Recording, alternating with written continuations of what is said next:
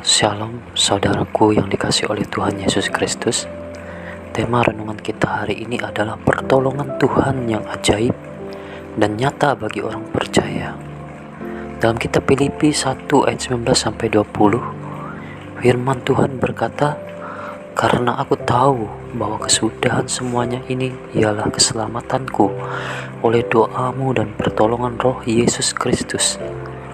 Sebab yang sangat kurindukan dan kuharapkan ialah bahwa aku dalam segala hal tidak akan beroleh malu, melainkan seperti sedia kala, demikian pun sekarang, Kristus dengan nyata dimuliakan di dalam tubuhku, baik oleh hidupku maupun oleh matiku." Saudaraku yang dikasihi oleh Tuhan Yesus Kristus, dari ayat firman Tuhan tersebut kita dapat melihat, mendengar dan merasakan apa yang sedang dihadapi Rasul Paulus ketika berada dalam penjara. Paulus menghadapi pergumulan masalah dalam hidupnya, tetapi ia tidak pernah beroleh malu, putus asa, dan takut, karena ada Tuhan yang selalu memberi kepastian dan pengharapan. Demikian juga dengan kita di zaman ini. Tuhan masih tetap memberikan pertolongan yang ajaib dan nyata lewat setiap persoalan dan pergumulan hidup yang kita alami. Saudaraku yang dikasihi oleh Tuhan Yesus Kristus, melalui kesaksian yang Paulus sampaikan dalam kitab Filipi ini, ia ingin mengajarkan tentang keteladanannya dalam memberitakan Injil Kristus, supaya kita juga mendapat bagian yang sama dengan pelayanannya.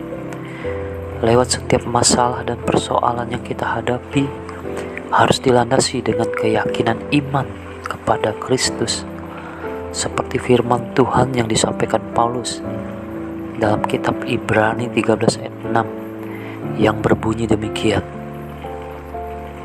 "Sebab itu dengan yakin kita dapat berkata, Tuhan adalah penolongku, aku tidak akan takut. Apakah yang dapat dilakukan manusia terhadap aku?" Kita bandingkan juga dalam kitab Yesaya 41 ayat 10. Demikian bunyi firman Tuhan, "Janganlah takut, sebab aku menyertai engkau. Janganlah bimbang, sebab aku ini Allahmu. Aku akan meneguhkan, bahkan akan menolong engkau. Aku akan memegang engkau dengan tangan kananku yang membawa kemenangan."